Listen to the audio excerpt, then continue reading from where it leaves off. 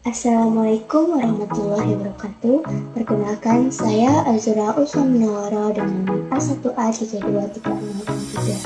Di video ini saya akan membahas jurnal yang saya analisis, yaitu mengenai gaya kepemimpinan demokratis.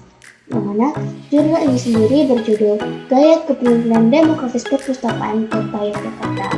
Yang mana penelitian ini ditulis oleh Sri Utari dan Moh Mustafa Hadi yang meneliti bagaimana Kepala Perpustakaan Kota Yogyakarta menerapkan gaya kepemimpinan demokratis dalam menjalankan tugasnya. Dalam jurnal ini dijelaskan bahwa perpustakaan adalah lembaga non-profit yang bergerak di bidang pelayanan publik.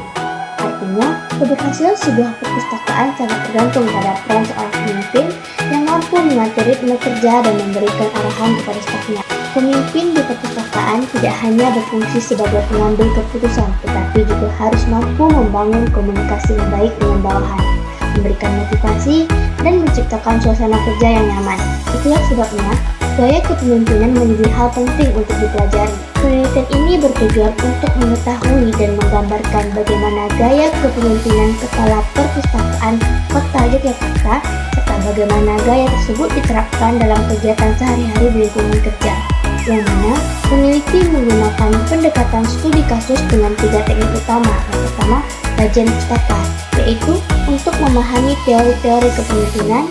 Yang kedua, wawancara semi terstruktur, yang mana ini dilakukan dengan pustakawan dan staf non-PNS di bagian layanan. Dan yang ketiga, observasi langsung, yang mana di sini agar peneliti bisa melihat suasana kerja dan interaksi pemimpin dengan staf di perpustakaan. Nah, gabungan dari ketiga metode ini membantu peneliti memahami secara nyata bagaimana sistem kepemimpinan diterapkan di lapangan. Dari hasil wawancara dan pengamatan ditemukan bahwa Kepala Perpustakaan Kota Yogyakarta menerapkan gaya kepemimpinan demokratis. Di antara gaya kepemimpinan demokratis tersebut, yang pertama ada keputusan dibuat bersama, yang mana setiap kali akan mengambil keputusan penting, Kepala Perpustakaan akan melibatkan staf untuk memberikan saran dan masukan. Nah, mereka ini mengadakan rapat koordinasi seminggu sekali setelah apel pagi untuk membahas program kerja dan permasalahan di lapangan. Walaupun keputusan akhir tetap ditangani Kepala Perpustakaan, namun semua pendapat dari staf tetap dipertimbangkan. Nah, yang kedua itu pelimpahan wewenang, yang mana di sini Kepala Perpustakaan tidak segan mendelegasikan tugas dan wewenang kepada staf atau kepala bidang, terutama ketika beliau berhalangan hadir. Ini menunjukkan adanya kepercayaan terhadap kemampuan bawahan. Dan yang ketiga, komunikasi dua arah, yang mana hubungan antara pemimpin dan staf terjalin melalui komunikasi yang terbuka dan timbal balik.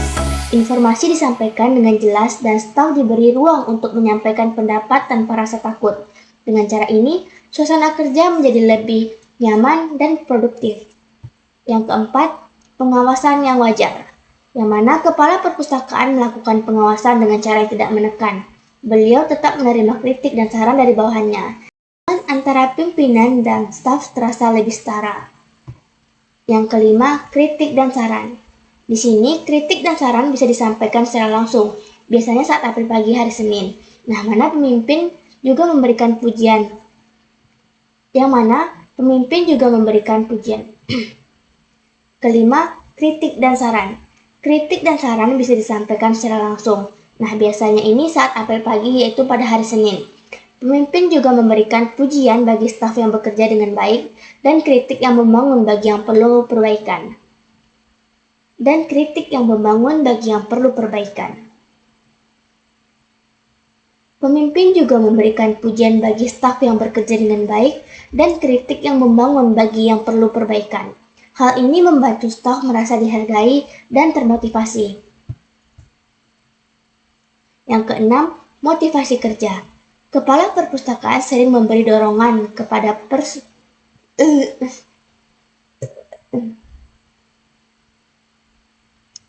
Yang keenam, motivasi kerja. Kepala Perpustakaan sering memberi dorongan kepada pustakawan dan staf non-pustakawan agar tetap menjaga mutu layanan perpustakaan. Motivasi ini membantu karyawan tetap semangat dalam memberikan pelayanan terbaik kepada masyarakat. Dan yang ketujuh, kepemimpinan dan latar belakang.